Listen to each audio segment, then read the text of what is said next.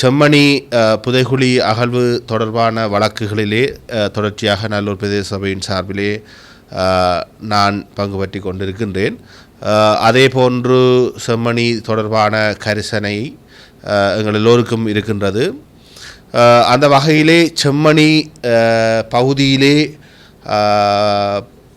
புதைக்கப்பட்டவர்களுடைய உண்மை நிலையை கண்டறியப்பட வேண்டியதும் அதற்கு பொறுப்பானவர்கள் சட்டத்தின் முன் நிறுத்தப்பட வேண்டியதும் காலத்தின் கட்டாயம்.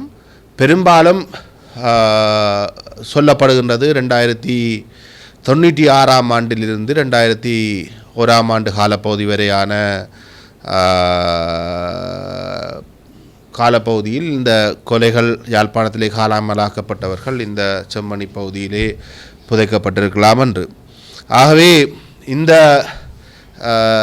எலும்புக்கூடுகள் தொடர்பான விசாரணைகள் சுயாதீனமாக நடத்தப்பட வேண்டும். அதிலே குறிப்பாக இன்று தங்களை தமிழ் தேசிய கட்சிகள் என்று சொல்லுகின்ற பல கட்சிகள் கூட அந்த காலப்பகுதியிலே இராணுவத்தோடு சேர்ந்து துணைக்குழுக்களாக இயங்கிய கட்சிகள் என்பது உங்கள் எல்லோருக்கும் தெரியும். நேற்றைய தினம் கூடிய பல கட்சிகள் அந்த காலப்பகுதியில் 95 2001 வரை இராணுவ துணைக்குழுவோடு இருந்தவர்கள். ஆகவே அவர்கள் முன்னெடுக்கின்ற விடயங்கள் எவ்வளவு தூரம் நியாயமாக சுயாதீனமாக இருக்குமோ எனக்கு தெரியாது.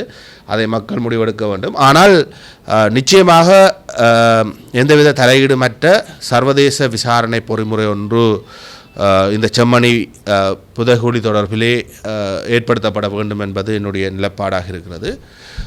அது தொடர்பாக மக்களையும் நாங்கள் விழிப்போடு வைத்திருக்க வேண்டும்.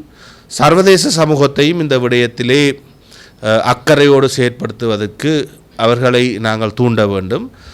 அந்த வகையிலே செம்மணி புதைகுழி தொடர்பிலே மக்கள் மயப்படுத்தப்பட்ட அரசியல் கட்சிகள், தமிழ் தேசியம் என்று இன்றைக்கு சொல்லிக் கொண்டிருக்கிற அரசியல் கட்சிகளை மட்டும் நாங்கள் நம்ப முடியாது. ஏனென்றால் நேற்று கூடிய பலரும் சில வேளைகளிலே பொறுப்பாளிகளாக இந்த செம்மணி புதைகுழி விவகாரத்திலே ஆக்கப்படக்கூடிய வாய்ப்புகள் இருப்பதாலே இதை மக்கள் மயப்படுத்தப்பட்ட ஒரு விடயமாக முன்னெடுத்து செல்லப்பட வேண்டும் என்பது என்னுடைய கருத்தாக இருக்கிறது.